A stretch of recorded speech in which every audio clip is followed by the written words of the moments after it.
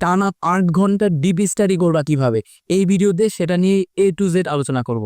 এখানে deep study বলতে বোঝাচ্ছি 8 ঘন্টা তুমি নিজে পড়াশোনা করবা, খুবই ইফেক্টিভ পড়াশোনা করবা। 8 ঘন্টার 8 ঘন্টায় যা করবা ওটা তোমার মাথায় থাকবে এবং পরবর্তীতে পরীক্ষার হলে তুমি যেন কাজে লাগিয়ে আসতে পারো। এই টোটাল জিনিসটা স্টেপ বাই স্টেপ ব্যাখ্যা করার চেষ্টা করবো। আমাদের ভিতর অনেকেরই এরকম হয়, আমরা 10 ঘন্টা 12 ঘন্টা টেবিলে বসে থাকি, কিন্তু কাজের কাজ কিছু হয় না। অনেক ক্ষেত্রে পড়াশোনা হয় খুবই কম, মাত্র 2 ঘন্টা বা 3 ঘন্টার আউট। অনেক ক্ষেত্রে দেখবা অনেক টপাররা 4 থেকে 5 ঘন্টা পড়াশোনা করে, কিন্তু তারপরেও সে 95 96 মার্ক পাচ্ছে। আবার তুমি 8 9 ঘন্টা 10 ঘন্টা 12 ঘন্টা পড়াশোনা করেও অত মার্ক তুলতে পারতেছ না, অতটা ভালো করতে পারতেছ না। এর কারণ কি? এর কারণ টপার যতটুকু পড়াশোনা করে সেটা খুব ইফেক্টিভ ওয়েতে পড়াশোনা করে, ডিপ স্টাডি করে, এবং সে ওই সময়টা একদম পড়াশোনায় ডুবে যায়। যে যতটুকু পড়ে ততটুকু সে পরীক্ষায় ইউটিলাইজ করে আসতে পারে। এইটাকে বলে ডিপ স্টাডি। এখন এইটা করার জন্য কি কি দরকার, স্টেপ বাই স্টেপ ব্যাখ্যা করি। প্রথমত, আমি যদি ডিপ স্টাডি করি আমি কি করি? আমি প্রথমে আগে টেবিলের এনভায়রনমেন্টটা দেখি। টেবিলের উপরে আমাদের অনেকেই এমন থাকে, হাজারটা বই সাজানো থাকে। এতে যেটা পারি, টেবিলে বসে আমরা গোল সেট করতে পারি না। একটা সাবজেক্ট পড়া শুরু করি, অল্প একটু পড়ার পরে আমার মনে হয় আরে এটা তো কঠিন লাগতেছে, এরপরে তুমি কি করো, অন্য একটা সাবজেক্টে চলে যাও। অন্য একটা সাবজেক্ট পড়া শুরু করো, ওটাও তোমার ভালো লাগে না, মুড সুইং হয়, আরেকটা সাবজেক্টে চলে যাও। এভাবে তুমি অনেকটা চেঞ্জ করার পর দেখো যে 2 থেকে 3 ঘন্টা সময় চলে গেছে, কিন্তু তোমার পড়া কিছুই হয় না, কোনো সাবজেক্টেই তুমি সিগনিফিকেন্ট আগাইতে পারো নাই। এরপরে তুমি ডিমোটিভেটেড হয়ে যাও, এরপরে তোমার কনফিডেন্স লো হওয়া শুরু হয়, এরপরে তোমার মনে হয় দূর আজকে পড়বোই না, এরপরে তুমি কিন্তু টেবিল থেকে উঠে চলে যাও। এমন হয়। এই জন্য যেটা করবা, প্রথমেই টেবিলটা ক্লিন করবা, একদম ক্লিন করবা। টেবিলের উপরে শুধুমাত্র আগামী 8 ঘন্টা যেই যেই বই পড়বা সেগুলাই রাখবা। ধরো আগামী 8 ঘন্টাতে সারাদিনে তুমি মাত্র 2টা বই 4 ঘন্টা 4 ঘন্টা পড়তে চাচ্ছ, 2টা বইয়ের আবার 4টা 4টা 8টা টপিক পড়তে চাচ্ছ, ওই 2টা বই টেবিলের উপর রাখবা। তাও যেটা পড়বা সেটা রাখবা, আর আরেকটা সরিয়ে অন্য জায়গায় রাখবা। 4 ঘন্টা পরেই তুমি চেঞ্জ করবা, এরকম মাইন্ডসেট নিয়ে আসবা। এবার ধরো একটা বই রাখছো, এরপরে যেটা করবা, একটা সুন্দর ফ্রেশ খাতা রাখবা, নোট খাতা, আরেকটা রাখবা রাফ খাতা। আমি সবসময় যেটা করি, রাফ খাতা করার জন্য এরকম পেজ রাখি। পেজে রাফ করতে আমার সুবিধা হয়। পেজে রাফ করতে সুবিধা কেন হয়? রাফ এত বেশি এক পেজে লেখা হয়, এত বেশি এক পেজে লেখা হয় যে এই রাফ পেজগুলো খুব দেখতে খারাপ হয়ে যায়। খাতা হলে ওটা পরবর্তীতে নষ্ট নষ্ট লাগে, সো একটু কেমন জানি মাথার ভিতরে গিঞ্জি গিঞ্জি লাগে। এজন্য আমি যেটা করি, যেরকম রাফ পেজ রাখি, পেজ রাখার পর এটা যখন একদম রাফ হয়ে যায় আর ব্যবহার করা যায় না, তখন এটাকে ডাস্টবিনে ফেলে দিই। বাট নোট যেটা রাখি, এটা খুব ফ্রেশ করে নোট করি। এখন কিভাবে করি? প্রথমত, নোট খাতার শুরুতেই প্রথম পেলে আমি আজকে এই সাবজেক্টের পরবর্তী 4 ঘন্টা কি কি পড়বো সেটা আগে খাতায় সুন্দর করে লিখে নিব, যে আজকে আমি এই 4টা টপিক পড়বো। তো যেই 4টা টপিক পড়বো এটা যখন সুন্দর করে লিখে নিব, এই স্টেজটাকে বলা হচ্ছে গোল সেটিং।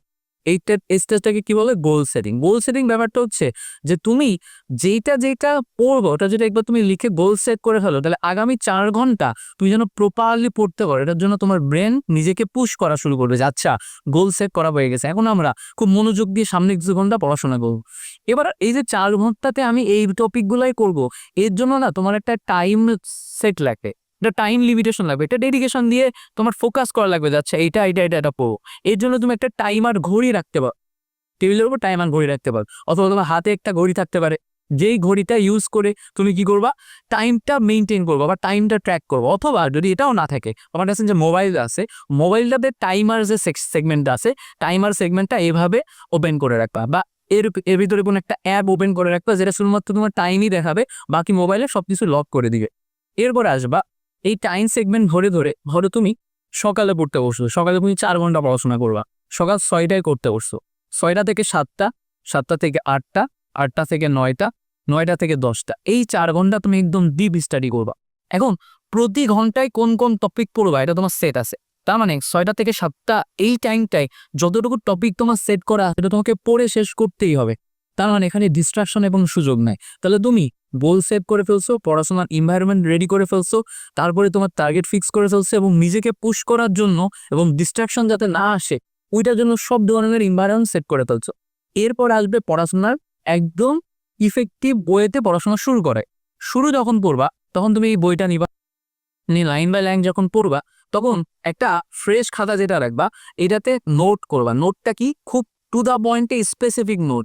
যেমন ধরো তুমি যে কোনো একটা টপিক পড়তে যাচ্ছ, যেমন ধরো তুমি রসায়নে মোলের হিসাব পড়তে যাচ্ছ, সো মোলের হিসাব রিলেটেড যে সমস্ত ফর্মুলাগুলো আছে ওই ফর্মুলাগুলা তুই জাস্ট টু দ্য পয়েন্টের ফর্মুলাগুলো লিখে নিলে, যেমন ধরো n equals to WIM, W দ্বারা কি বোঝায়, M দ্বারা কি বোঝায়, N/NE, তারপরে লিমিটিং বিক্রিয়ক বলতে কি বোঝায়, কিংবা ধরো এই চ্যাপ্টার থেকে অন্যান্য যে সমস্ত টপিকগুলো আছে সেইগুলা। এই যে ছোট ছোট জিনিসপত্রগুলো টু দ্য পয়েন্টে নোট করলা, এই নোট করার সময় তোমার মনে হতে পারে আরে সময় নষ্ট হচ্ছে, বাট ব্যাপারটা তা না। তুমি যখন নোট করতেছো তখন ওটা তুমি লিখছো হাত দিয়ে, তোমার মাসাল মেমোরি তৈরি হচ্ছে, তুমি চোখ দিয়ে দেখতেছো, তোমার ভিজুয়াল মেমোরি তৈরি হচ্ছে, অর্থাৎ ওইটার সাথে তুমি অনেক বেশি পরিচিত হচ্ছ। পরিচিত হওয়াটাই তোমার পড়াশোনাকে এক ধাপ এগিয়ে নিয়ে যায়। এটা তোমার ভিতরে পড়াশোনার স্যাচুরেশন তৈরি করে, যেটা কারণে তুমি খুব সুন্দর মতো পড়াশোনাটা চালিয়ে যেতে পারো। এরপরে তোমার কাছে রাব যেটা থাকবে, একই জিনিস যতক্ষণ না তোমার মনে হবে তুমি অনেক ভালো করে পারো, ততক্ষণ বারবার লিখবা, বারবার লিখবা, বারবার লিখবা। এক কর্নার থেকে শুরু করে ততক্ষণ লিখবা যতক্ষণ তোমার লিখতে মন চাই, যতক্ষণ হাত ব্যথা না পায়। একই জিনিস 30 বার, 40 বার, 50 বার, 60 বার লিখো। লিখে লিখে ওইটা দক্ষতা অর্জন করো, অর্জন করে সামনে আগাও। আমি ততক্ষণ পর্যন্ত লিখি যতক্ষণ না মনে হয় এটা আমার ভিতর থেকে আসতেছে। ভিতর থেকে আসা তবে কি বোঝাচ্ছি, আমি যদি তোমাকে জিজ্ঞেস করি তোমার আব্বুর নাম কি, তুমি কি ভেবে বলবা? তোমার ভিতর থেকে আসবে। তাহলে একটা জিনিস তুমি সেই ছোটবেলা থেকে এত বেশিবার প্র্যাকটিস করছো যে ওটা তোমার ভিতর থেকে আসে। ব্যাপারটা এরকম, তুমি এত বেশিবার প্র্যাকটিস করবা, লিখে লিখে লিখে লিখে প্র্যাকটিস করবা যে তোমার ভিতর থেকে আসবে। যখন তোমার মনে হবে এটা ভিতর থেকে আসতেছে তখন তুমি এটা পড়া বন্ধ করে দিবা। ঠিক আছে, এভাবে তুমি ওই জিনিসটাতে এফোর্ট দিবা। এখন ধরো যখন তুমি এইভাবে পড়তেছো, একদম ভিতর থেকে নিয়ে আনার জন্য পড়তেছো, তখন তুমি লিখে লিখে পড়তেছো। তো যখন তুমি লিখছো তখন তোমার মাসাল মেমোরি তৈরি হচ্ছে। ওই ফর্মুলাটা পরীক্ষার হলে যে লিখতে তোমার অসুবিধা হবে। অনেক ক্ষেত্রে দেখবা তুমি বাসায় বসে লিখো নাই, শুধু মুখে মুখে দেখে গেছো, তুমি সব জানো, পরীক্ষার হলে যে দেখবা তুমি লিখতে পারতেছো না, বিকজ তোমার মাসাল ওটা লেখার সাথে অ্যাডজাস্টেড না। বাট আমাদের কিন্তু পরীক্ষার হলে লিখে আসতে হয়। সো যেহেতু পরীক্ষার হলে লিখে আসতে হয়, আমরা বাসায় বসে যদি লেখা প্র্যাকটিস না করি তাহলে আমাদের মাসাল রিফ্লেকশন ভালো হবে না, পরীক্ষার অনুযায়ী আমরা ঠিকঠাক মতো লিখতে পারবো না। এই জন্য আমাদের লেখাটা অত্যন্ত অত্যন্ত অত্যন্ত গুরুত্বপূর্ণ, এটা মাথায় রাখবা। আচ্ছা, এইটার পরে এবার আসবে প্রোমোডোরো টেকনিক, বা যেটাকে আমি 50-10 রুল বলি। এটাকে বলি আমি 50-10 রুল। মানে 50 মিনিট পড়ার পরে 10 মিনিট ব্রেক দেয়া, 50 মিনিট পড়ার পরে 10 মিনিট ব্রেক দেয়া। এটা কেমন? ধরো আমরা যখন 50 মিনিট পড়াশোনা করি, জিনিসটা এরকম, আমরা যখন 50 মিনিট পড়াশোনা করি এরকম, জিনিসটা এরকম যে আমাদের এরকম একটা গ্রাফ দেখায়। গ্রাফের ক্ষেত্রে দেখো এটা একটা এক্সিস, এটা একটা এক্সিস। তো আমরা যখন পড়াশোনা করি তখন ইনিশিয়ালি আমাদের এনার্জি অনেক হাই থাকে, অনেক হাই এনার্জি থাকে। পড়তে পড়তে পড়তে পড়তে পড়তে পড়তে এনার্জি লো হয়ে যায়। 50 মিনিট পর আমাদের এনার্জি অনেক লো হয়ে যায়। এই সময় যদি আমরা একটা 10 মিনিটের ব্রেক নিই তাহলে আবার আমাদের ব্রেকের কারণে এনার্জি হাই হয়ে দেয়, আবার পড়া শুরু করলে আবার আস্তে আস্তে আস্তে আস্তে লো হইতে থাকে। বাট তুমি যদি ধরো এই ব্রেকটা না নিয়ে পড়তে থাকো তাহলে খুব লো এনার্জিতে পরের সময়টা তুমি পড়বা, বুঝতে পারছো? তাহলে পরের সময়টা তোমার এনার্জি লো না হয়ে যায়, এই এনার্জি কার লো না হয়ে যায়, এই জন্য তুমি মাঝখানে একটা 50 মিনিট পরে পরে 10 মিনিটের ব্রেক নিবা। 10 মিনিট ব্রেকে আবার এমন কিছু করবা না যেটা তোমাকে আরো বেশি লো ফিল করায় বা যেটা তোমার ব্রেনকে আরো বেশি এঙ্গেজ করে হয়। ওই 10 মিনিট তুমি শুধু একা একা হাঁটাহাঁটি করো, কারোর সাথে কথা না বলে চুপচাপ হচ্ছে যে চুপচাপ বসে থাকো, বা তুমি একটা পাওয়ার ন্যাপ নাও, কিন্তু তখন তুমি মোবাইল হাতে নিয়ে যেন রিলস দেখতে শুরু না করো।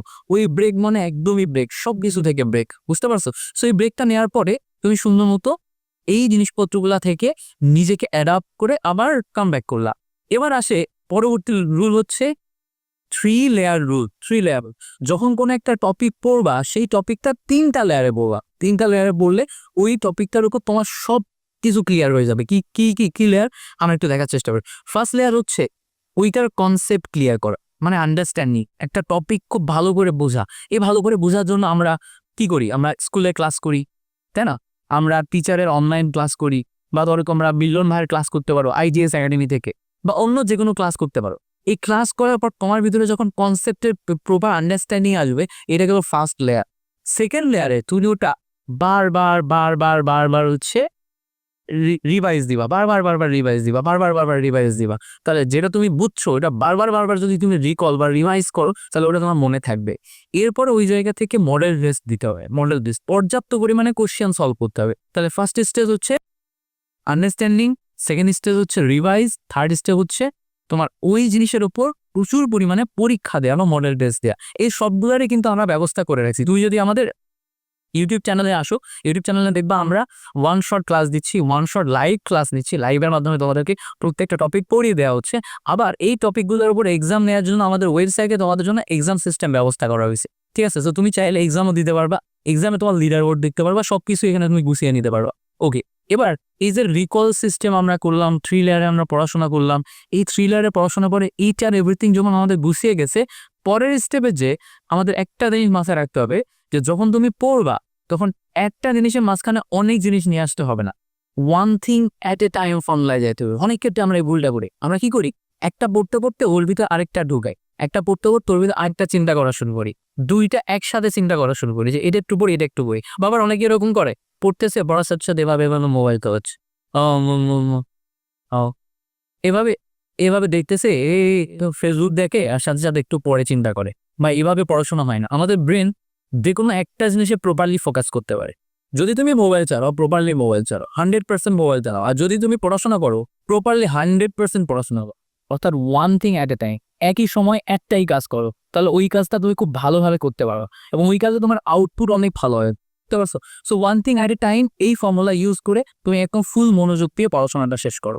এরপরে ধরো তুমি সকালে 4টা টপিক খুব সুন্দর মতো পড়াশোনা করলাম, এরপরে তুমি অন্যান্য কাজ করলা, বিকালে আবার একটা রিফ্রেশ নিয়ে সন্ধ্যাবেলা আবার একটা সুন্দর টার্গেট নিয়ে টানা পড়াশোনা শুরু করলা। এবারে দিনে যদি 2টা স্লটে তুমি সুন্দর মতো পড়াশোনাগুলো গুছাই নিতে পারো, এইভাবে তুমি কিন্তু প্রপারলি সিলেবাস কভার করে চলতে পারো, তবে মাঝে রাখবা, যখন তুমি এরকম নিজে নিজে 8 ঘন্টা ডিবি স্টাডি করতেছো, এটা মানে তুমি নিজে নিজে করতেছো। এর মাঝখানে আবার অনলাইন ক্লাস করতে যাও না, এর মাঝখানে আবার অন্য কিছু করতে যাও না, ঠিক আছে? অনলাইন ক্লাসেস করে আগে থেকে শিখে নিবা, শিখে নেওয়ার পরে, বুঝে নেওয়ার পরে, তারপরে তুমি নিজে নিজে টানা ট্রাই করবা যে কতক্ষণ করা যায়, কতক্ষণ পড়া যায়। এবার ধরো একটা আমার যদি 4 ঘন্টা ম্যাম হয়, তাহলে টোটাল দিনে 3বারে 8 ঘন্টা পড়াশোনা কর। মানে প্রত্যেকবার 2.5 ঘন্টা বা 2 ঘন্টা 40 মিনিট বা 3 ঘন্টার কাছাকাছি একটা করে স্লট রাখো। সকালে 3 ঘন্টা রাখলা, বিকালে 2 ঘন্টা রাখলা, রাতে 3 ঘন্টা রাখলা। এভাবে 2বারে তুমি 8 ঘন্টা স্লট করো, করে 2বারে তুমি পড়াশোনাগুলো কমপ্লিট করো। এরকম হতে পারে, ঠিক আছে? যারা এই ভিডিওটা এখনো পর্যন্ত দেখতেছো, তোমরা হচ্ছে আমাদের আইটিএস একাডেমির একদম জেনুইন স্টুডেন্ট, তোমরা